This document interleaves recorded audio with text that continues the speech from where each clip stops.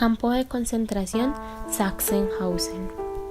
Este campo se encuentra en Oranienburg, Brandenburgo, a 1 hora de Berlín en tren. A sus alrededores hay pocas casas en las cuales habitaron personas que presenciaron aquellos hechos de esta época.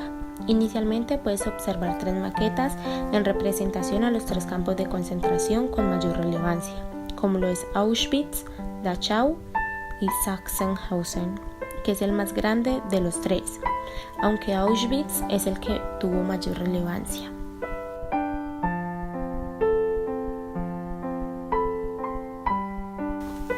Una vez ingresados en el campo, encontramos un centro de información al visitante, en donde se encuentran muchos de los objetos que se utilizaron en aquella época, junto a muchos dibujos, ya que estos representan que fue esa época, y muchos de sus castigos.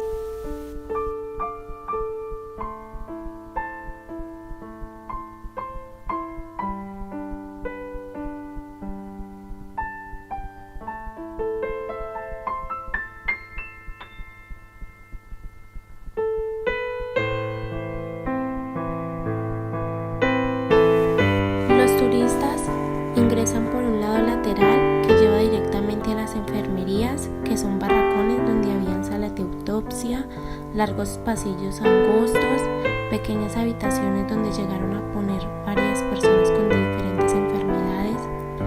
En aquel lugar le practicaron experimentos a los prisioneros, entre ellos a niños entre los 6 y 9 años, a quienes le aplicaron la hepatitis B con el único fin de ver qué reacción tenía el cuerpo.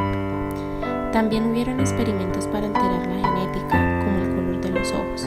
También a los judíos, a quienes les abrieron los músculos para ponerles paja, con el fin de que les generara gangrena y así crear medicamentos para crear una cura. Algo muy curioso es que si habían gemelos o mellizos, el dolor de uno lo tenía que pasar el otro. En una de las habitaciones hay unas escaleras que te llevan a una especie de sótano, donde hay 2 grandes salones en el cual depositaban cadáveres. Luego de caminar por largos pasillos encuentras una rampa por donde entraban a los enfermos y también servía de salida hacia la parte trasera de la enfermería. Después de caminar por cierto tiempo, llegamos a otro lugar donde en el sótano se encuentran las cocinas. Algo que me asombró y me impactó demasiado es el olor de aquel lugar, como a viejo, como tanta historia. Después continúas por el pasillo y encuentras otras escaleras que te conducen a la parte de arriba y puedes salir y seguir otro trayecto en el cual pues te diriges hacia la comandancia, por donde ingresaban los prisioneros y las tropas de las SS. En toda la entrada hay una reja con la frase Arbeit macht frei, que traduce el trabajo os hará libre. Desde ahí, al frente se puede divisar la pista de diferentes texturas, en la cual los prisioneros eran obligados a caminar para poner a prueba los materiales de las botas, ya que querían tener una bota perfecta que resistiera ante todo. Cada prisionero por día debía caminar las botas de 25 a 40 kilómetros. Incluso les daban botas que no eran de su talla. Eso les causaba dificultad para caminar debido a sus llagas. Cuando los prisioneros ya no podían caminar más o se caían, las SS les disparaba y en intento de fuga los ahorcaban delante de todos los reclusos para generar terror en los otros y así entendieran que ellos manejaban la vida y la muerte como quisieran, que si no obedecían ese sería su destino. Muchas empresas o firmas alemanas sacaron provecho de esto para crear y probar los productos con los reclusos, pero sin embargo, si los prisioneros resistían los 40 kilómetros y llegaban a la estación Z, iban a ser fusilados. Muchas veces, cuando las SS veía que se iban a suicidar, apagaban las mallas electrificadas y apenas los prisioneros se lanzaban y no morían, los cogían y otro grupo de personas los torturaba para hacerles la muerte lenta y dolorosa. Del lado izquierdo de la comandancia quedaba la zona neutral en la cual nadie podía estar, de lo contrario era fusilado, aunque muchos alcanzaron a suicidarse. Del lado derecho quedaban los barracones que era donde dormían los prisioneros. Cada camarote consta de 3 pisos, en los cuales por piso dormían hasta 3, ya que cada vez los recursos eran menos. Llegaron a un punto en el que tiraban paja en el suelo y ahí dormían. Para todo tenían cierto tiempo. A las 6 de la tarde debían estar acostados y a las 5 de la mañana listos para hacer sus diversas labores. Tenían 5 minutos para estar en el baño y 10 para lavarse el cuerpo. Si se demoraban más de lo estipulado, eran ahogados donde se lavaban los pies, y arriba de la ducha había una viga donde los colgaban desnudos y dejaban que se muriesen ahí. Esos baños tenían muchas infecciones debido a los pocos recursos para asearlos. Muchos se enfermaban porque tenían que limpiarse con aguas sucias. Al lado de los baños había un cuarto de 1,5 metros de ancho por 3 metros de largo, donde metían hasta 100 personas como castigo. Allí las encerraban y debido a la falta de aire se morían. Información general. Auschwitz fue el campo con mayor importancia, ya que este es el lugar donde hubo más tortura. Tenía la capacidad de 400.000 personas. Aquí fueron mandadas 1.300.000 de personas y el 90% de ellas murieron.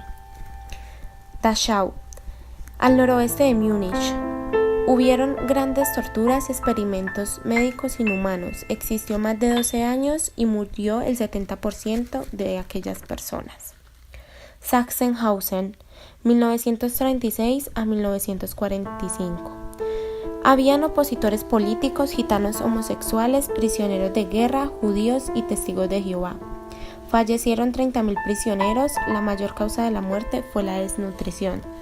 18.000 militares soviéticos fueron fusilados y 140.000 prisioneros entre hombres, mujeres y niños. En los barracones 38 y 39 la convivencia era muy dura, ya que llegaron a convivir más de 400 prisioneros en ellos. Tras de todo, eran los barracones de los judíos. Fuera de las habitaciones siempre había una cama aparte, que era quien cuidaba que nadie se levantara de su cama. Luego quedan los comedores. Saliendo de ahí, continuando con el recorrido, encontramos una prisión donde metían a los comandantes o militares que cometían un error o si mostraban una especie de compasión con los judíos. En aquel lugar tenían que reflexionar. Después de esto caminas 20 minutos y te encuentras en la zona Z, que así como es el final del abecedario, también indica el final de la vida de los prisioneros, ya que ahí eran fusilados. Dentro de esta misma zona se encuentran los restos de la cámara de gas y hornos crematorios, ya que la RDA voló la cámara en representación a que no volverían a morir personas de esa manera. En ese lugar actualmente hay una estatua donde turistas dejan flores, cartas, conmemorando a todas esas personas judías que padecieron esta época. En esa cámara de gas el líquido usado era el monóxido de carbono, cianuro y después usaron el Zyklon B, ya que tenía una mayor capacidad. Por día morían entre 1.000 y 2.000 reclusos. Funcionaba de tal manera: desde el exterior abrían las duchas dándole paso a estos químicos. El tiempo por grupo de personas era de 10 a 20 minutos, ya que les producía inicialmente asfixia, desespero mientras sufrían convulsiones. Una vez muertos, otro grupo de prisioneros ingresaban después de 10 minutos, ya que dejaban pasar un poco el gas. Luego tenían que lavar a los cuerpos, retirar bien la sangre, orina, heces, entre otros, y así facilitar la búsqueda de objetos valiosos en orificios corporales antes de cremarlos. Había otro grupo que se encargaba de vaciar esa especie de piscinas llenas de sangre. Por otro lado, los suicidios más comunes se daban entre judíos debido a la falta de recursos, entonces se lanzaban a la zona neutral. Otros corrían sobre las líneas de seguridad para ser disparados. Al igual los políticos, ya que preferían morir siendo leales que a confesar en medio de una sección de tortura. Hay varias bases de los comandantes desde ese lugar disparaban.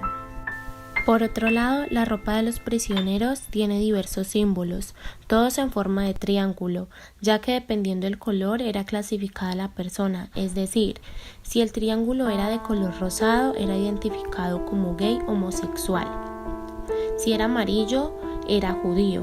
Rojo, prisioneros políticos. Verde, criminales. Azul, emigrantes. Negro, prostitutas y retrasados mentales. La gran torre que resalta en todo el centro del campo es un obelisco que fue hecho en 1961 en memoria a la liberación del campo. En lo personal, la frase Arbeit macht frei en la entrada me parecía una frase que creaba falsas esperanzas, ya que casi todos terminaban en lo mismo, en la muerte. Aquellas personas que sobrevivieron jamás olvidarán aquello que vivieron, porque más que el maltrato físico y psicológico, entre otros, en sus recuerdos están sus compañeros, padres, hermanos, amigos, que tuvieron que sufrir esa tragedia y no lograron sobrevivir.